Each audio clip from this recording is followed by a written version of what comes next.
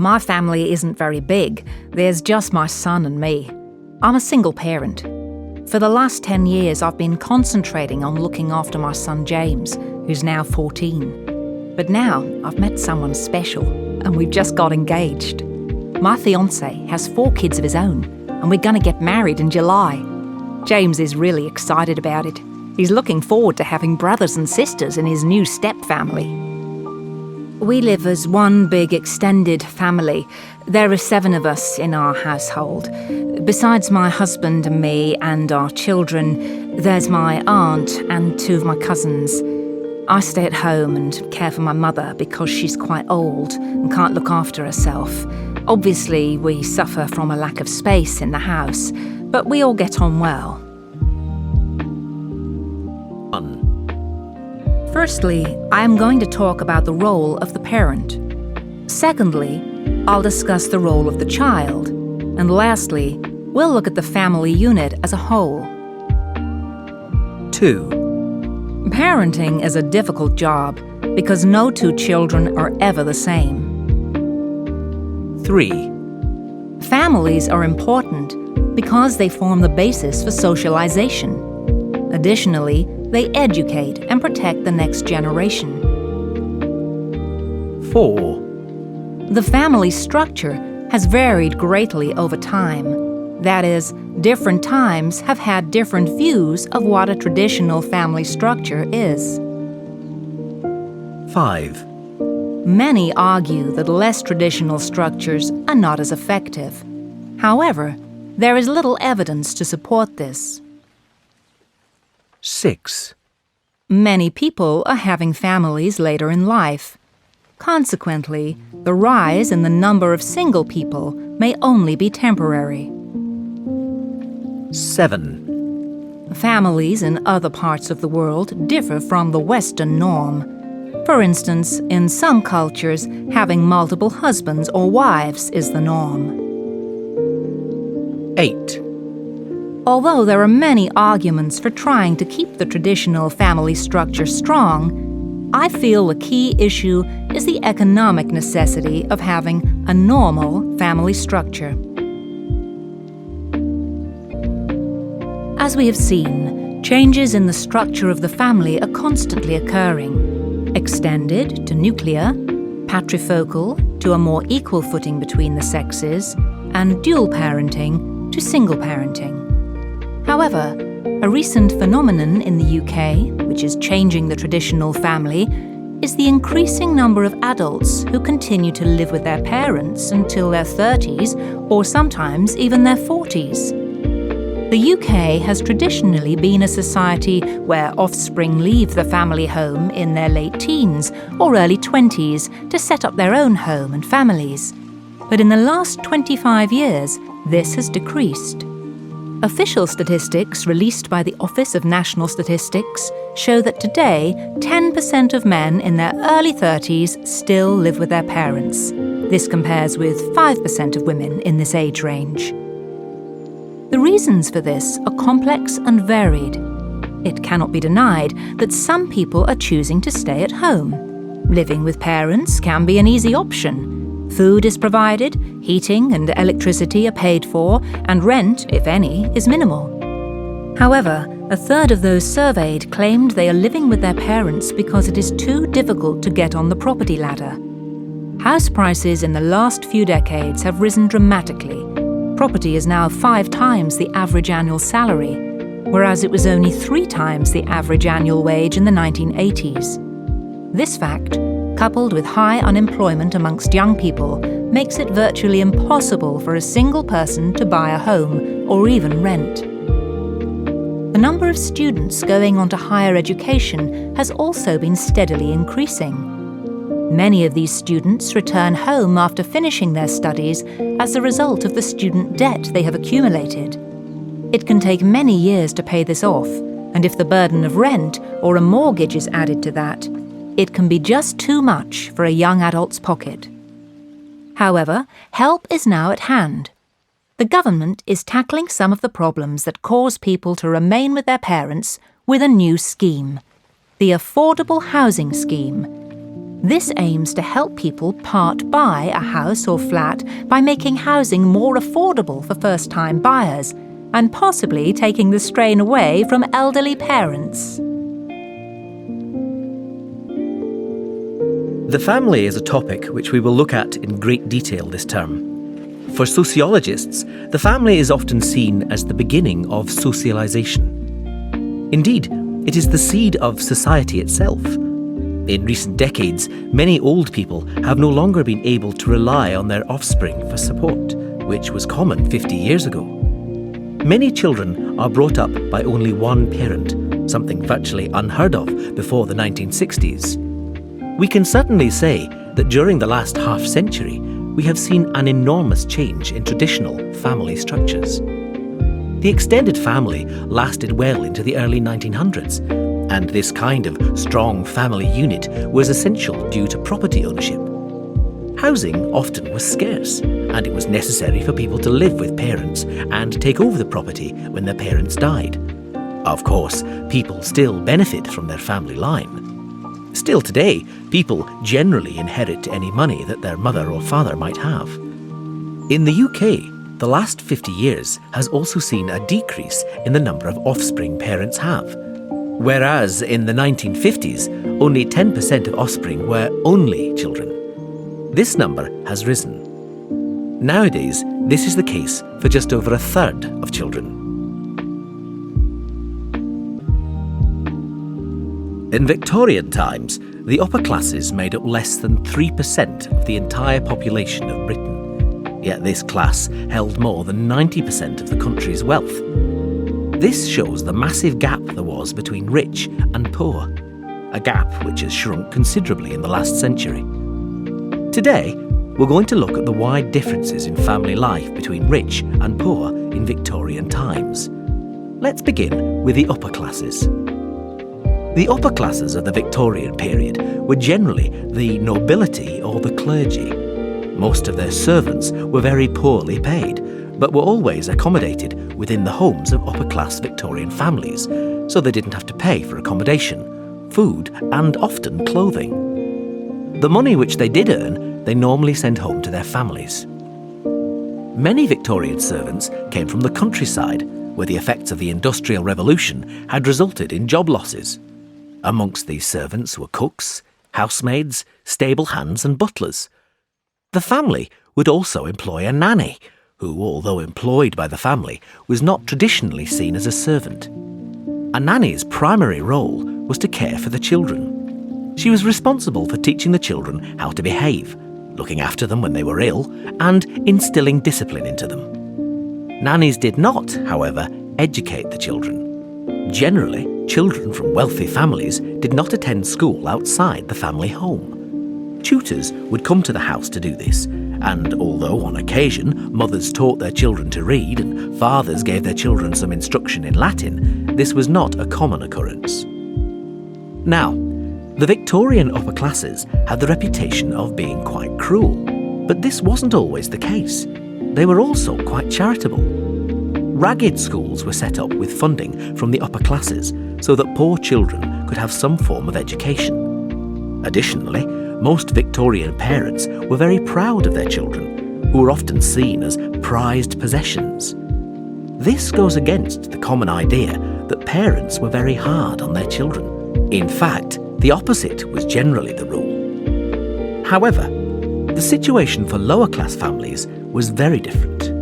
In the lower classes, child labour was rife. Children as young as 8 earned a living as chimney sweeps for wealthy houses. Now, let's move on to looking at the lower class families in more detail. You'll find that very often. Section 4. You will hear a lecture on changes in family structure. First, you will have 20 seconds to look at questions 1 to 10. Now listen carefully and answer questions 1 to 10. We are all familiar with the nuclear family, which has been the dominant family structure in the UK for the last 60 years at least. However, recent changes show that our idea of the traditional nuclear family as the cornerstone of British family life is changing. there have been emerging patterns which are eroding this structure, namely the rise of step families, cohabitation, lone parenting, and the rapid increase in those living alone. We are going to explore these areas in turn and look at their effect in terms of the family. Firstly, step families are becoming more and more common. Step families are created when one or both partners have a child or children from a previous relationship. In 1980, the percentage of children under 13 who were living with one parent and their new partner was just 4%. In 2008, this figure had increased to 20%. The USA has seen an even greater rise. New statistics show that almost half of under 13s are living in a step family. Now, we can still call the step family structure a nuclear family, as it does follow the structure of two parents and dependent children. However, it also creates somewhat of a nuclear blur. Step brothers and sisters may belong to two family units, so where do we draw the line at which family they belong to? Cohabitation, when partners do not marry yet live together as a family, has also increased. In 2006, of the 17.5 million families in Britain, nearly 3 million of these comprised unmarried couples. What does this mean to the nuclear family? Firstly, the traditional view of a nuclear family requires married parents, so we can't put these types of family under this umbrella. Statistics show that even if cohabiting couples have children, they are more likely to separate than their married equivalents. Lastly, we need to look at the rise of the DINKs, which stands for Dual Income, No Kids. As Clark and Henwood outline, many cohabiting couples are choosing a life without children, putting consumer spending first. Lone parenting is a relatively recent family structure, which has rapidly grown in the last half-century. In 1972, only 1 in 14 children lived in a lone parent family. When we compare this with today's figure of 1 in 4, we can see that this is a rapid increase. In the past, lone parenthood was overwhelmingly the result of a death of a parent. Nowadays, however, it is increasingly a choice. Some sociologists argue that this increase is due to the outlook of women. Where women once were willing to accept an unhappy or abusive marriage, now many will choose lone parenthood. Often, this can be just a transitory phase before they find a new partner. This view of women's attitudes and lone parenting is highly debated because some figures show that the largest group of lone parents are mothers who have never married. You can find counter-arguments for these ideas in Butler and Jones. One difficulty for single parents is that they are a social group who are much more likely to suffer from poverty and hardship. They are more likely to live in rented accommodation and have childcare issues. Lastly, an increasing number of people are choosing to live alone. The number of people living alone in Britain has more than doubled in the last 20 years. In 1990, just over 4 million people lived alone. Now this figure has reached 8.5 million, an incredibly rapid growth which has had enormous effects on the traditional nuclear family.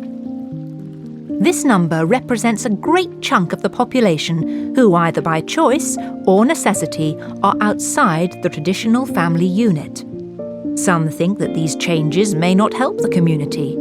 In fact, there are many arguments that this rise in alternative household structures will create a more isolationist and less community-based society, where close bonds, which are usually formed within the family, have no place.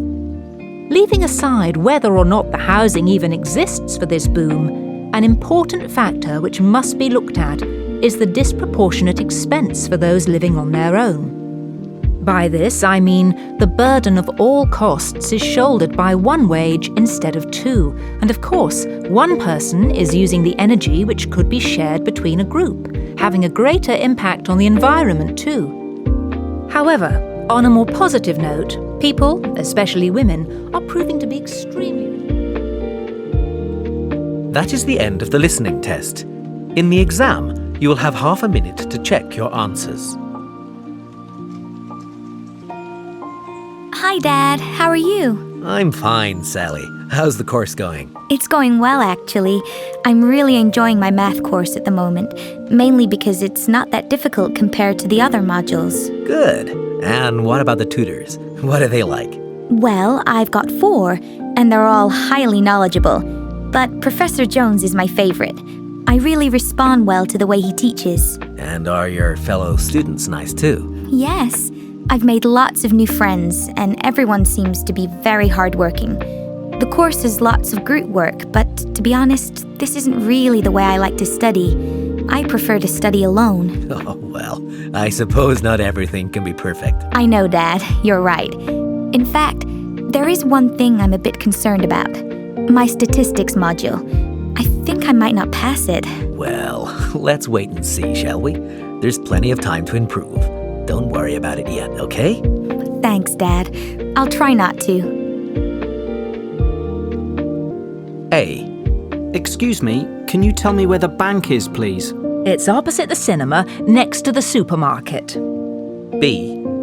Excuse me, can you tell me where the bank is, please? It's round the corner from the supermarket. C. Excuse me, can you tell me where the bank is, please? It's up the road from the supermarket, beside the cinema. D. Excuse me, can you tell me where the bank is, please? It's at the opposite end of the street from the cinema. E. Excuse me, can you tell me where the bank is, please? It's behind the supermarket, which is near the cinema. Hi, Jane. How are you settling into life at university? Fine, except I don't really know what there is to do in town. I haven't had time to look around yet. You've been here for a year. Could you give me some ideas? Of course. There's lots of places for students. Firstly, if you go across the bridge over the river outside the campus and turn left... Oh, no, sorry. That's the garage. Turn right. Then you'll get to the bowling alley, which is really popular at the weekends because it's so close to the campus. On Friday nights, they have a special discount for students. Oh, that's great. I love bowling. So, do you like sports, Jane? Yes, I go running and swimming, and I play badminton. In that case, there's a running track behind the university campus, and I think they have a badminton court at the sports centre. Actually, I'm happy just to run in the park. Well, there's a large park in town too. If you go down the road opposite the bowling alley and take the first right, then you'll get to the park. It's quite big, and there's a lake in it. You can take a boat out on it. The university rowing team practice there. What about places to eat out? Are there any good student hangouts? Absolutely. There's the Elm Tree Cafe, which is down the road from the post office, in the opposite direction from the river. The cafe is on a fork in the main road, and it's quite an institution round here. Okay, well, I'll have to check it out. I'm looking for a part-time job, so maybe I'll be able to find work there. You should try. They're always looking for new staff, and they often hire students. Now, have I forgotten any other important places? Oh yes, you like sport, so I should mention the leisure centre. Don't get it confused with the swimming baths, which are down the road from the supermarket. The leisure centre is opposite. There aren't any swimming baths there, but you can get a student leisure card which will let you into both. So, you see, there is quite a lot to do in this town. It seems like there is. Well, thanks for all the information, Sophie. No problem. See you soon. 1. 78A High Trees Street, Sydney, 2316. 2. 354 Castle Avenue, Edinburgh, E5 7HU. 3. 86 The Drive, New York, 45008. Hello. Have you come to enrol for your course or pay your fees? Both actually. Okay, that's fine. You can enrol here with me and then go to the next desk for fee payment. So, first of all, can I have your name? Yes, it's Peter Taylor. That's Taylor with a Y. So, it's Taylor. That's right. Do you need my middle name? No, just your first and last names, thanks. And what course are you doing? I'm taking a BSc in economics. Okay, that's in the Faculty of Mathematics. Oh, I thought it was in the Faculty of Business and Management. It was last year, but the course has moved to the Mathematics faculty this year. Oh, thanks for letting me know. No problem. Now, where are you going to be living? On campus or in private accommodation? University accommodation. I'm in room 112, Ashley Residence. Did you say Ashley Residence, the one in Duke Street? It's just that there's another residence called ASCII Residence, so it's confusing sometimes. I don't want to make a mistake on the computer records, otherwise you won't receive any university mail. It's definitely Ashley. ASHLEY. Great. And what about your home address? On our records it says 56 Grove Street, Manchester, M1 9JA. Is that correct? Actually, there's a small mistake. It's M4, not M1. The rest is correct. 9JA. Okay, I think that's all. You're enrolled on your course, so you can go and pay your fees now. Thanks, bye. Hi there, can I help you? Yes, I'd like to find out more information about the services here at the Students' Union. Of course, we're here to help you throughout your time at university. So, what kind of help can you give me exactly? Well, our job focuses on three main areas: giving advice and information to students, arranging social events, and campaigning for students' rights. Right. And what about help with things relating to everyday life? Well, we have a team of 6 advisors who work part-time and have expertise in certain areas, including accommodation and travel. Oh, that's great. And how can I contact the advisors? Right, there are several ways. You can come into this office and speak to an advisor in person, or email us if you can't come in. And there's also a 24-hour helpline. You can find the helpline number on your student card. And you can call us at any time of day or night with any questions or worries you have. Okay, and thanks for your help. You're welcome. Section 1. You will hear a student asking for information at the university library. First, you will have 20 seconds to look at questions 1 to 4. You will see that there is an example which has been done for you. On this occasion only, the conversation related to this will be played first. Hi, how can I help you? I'd like to register to use the library, please. Okay, that's fine. Now, can I have some details from you? What's your name and student ID number? Simon Anderson. That's ANDERSON.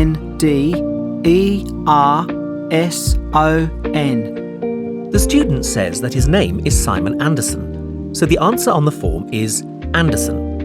Now we shall begin. You should answer the questions as you listen, because you will not hear the recording a second time. Listen carefully and answer questions 1 to 4. Hi, how can I help you? I'd like to register to use the library, please. Okay, that's fine. Now, can I have some details from you? What's your name and student ID number? Simon Anderson. That's ANDERSON. And ID number? Hold on. Let me look. It's AND 105763. AND 105769. No, it's AND 105763. Thank you. And what course are you studying, Simon? Geography. Is that in the Faculty of Environmental Science or Earth Science? It's in the Earth Science faculty. Right. Now, are you living in university halls of residence? No, I'm in private accommodation. Do you need my address? Yes, please.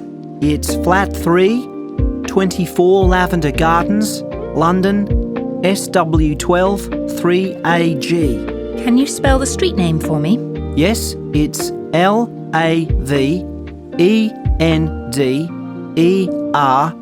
Gardens. And do you have a contact telephone number? Is my mobile number okay? Yes, that's fine. Just let me find my phone. Right, the number is 079 885 66341.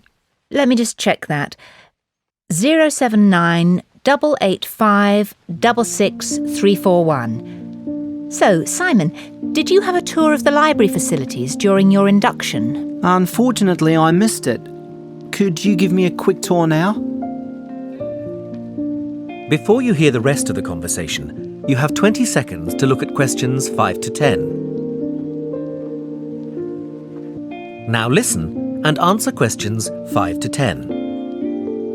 I can't give you a tour now, I'm afraid. I have to stay here at the help desk. But I can show you places on this map of the library. That would be helpful, thanks. OK, so we're here at the help desk, next to the service desk, where you go to borrow and return books.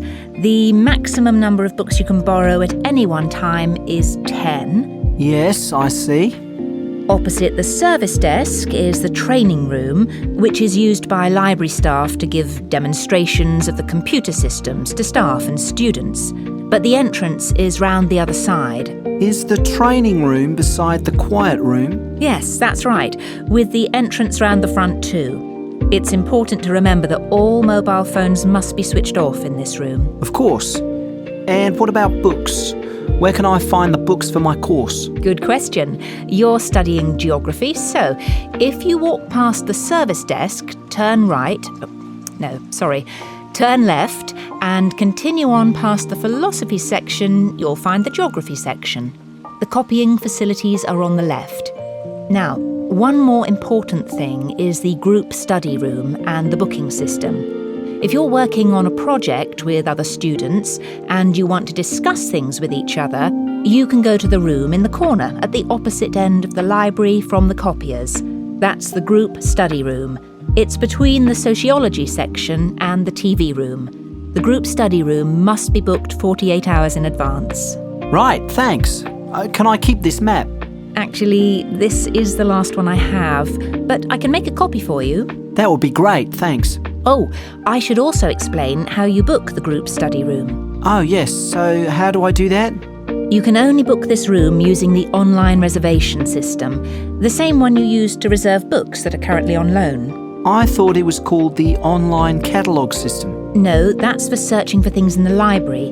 The reservation system is what you use to make a room booking. And can I access that from outside the library? Yes, via the library website. You will need to enter the name and student number of each student in the group too, so make sure you have these to hand when you make the booking. But all this is explained on the homepage of the website. Once you've made your reservation request, you'll receive a confirmation email from the library to say whether your booking has been successful or not. If not, you can try to arrange another time. Well, that sounds fairly easy. Yes, you'll be fine. It's all quite straightforward, really. Thanks. That is the end of section 1. In the exam, you will have half a minute to check your answers. Now, not only do we have lots of historical architecture here in the town of Tanbridge, we also have a rich variety of famous residents.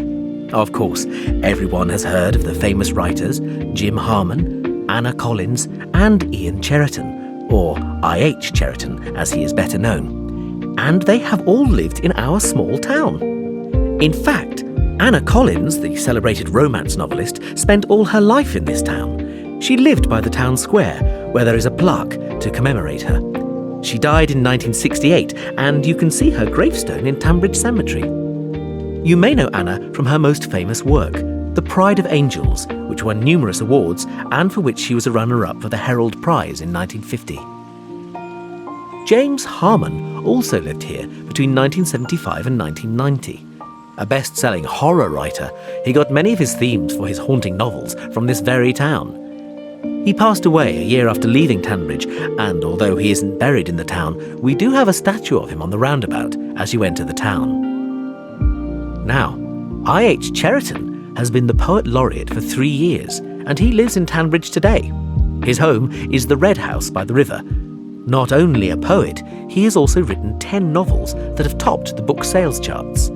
He always does a lot of work for local charities and is quite a gem in this town. Lastly, another famous resident of Tanbridge is Sylvia Daniels. She grew up in Tanbridge and went to the local comprehensive here. You can see her childhood home just across the river by the post office. Now, I am sure you all know her for her latest film, Planet Dust, which has just reached #1 at the cinema box office. But she wasn't always an actress. Before she headed for Hollywood, you could have seen her waiting tables in the Dorridge restaurant here in town. She often comes back to visit, as her family all still live here. If you're lucky, you may even catch a glimpse of her.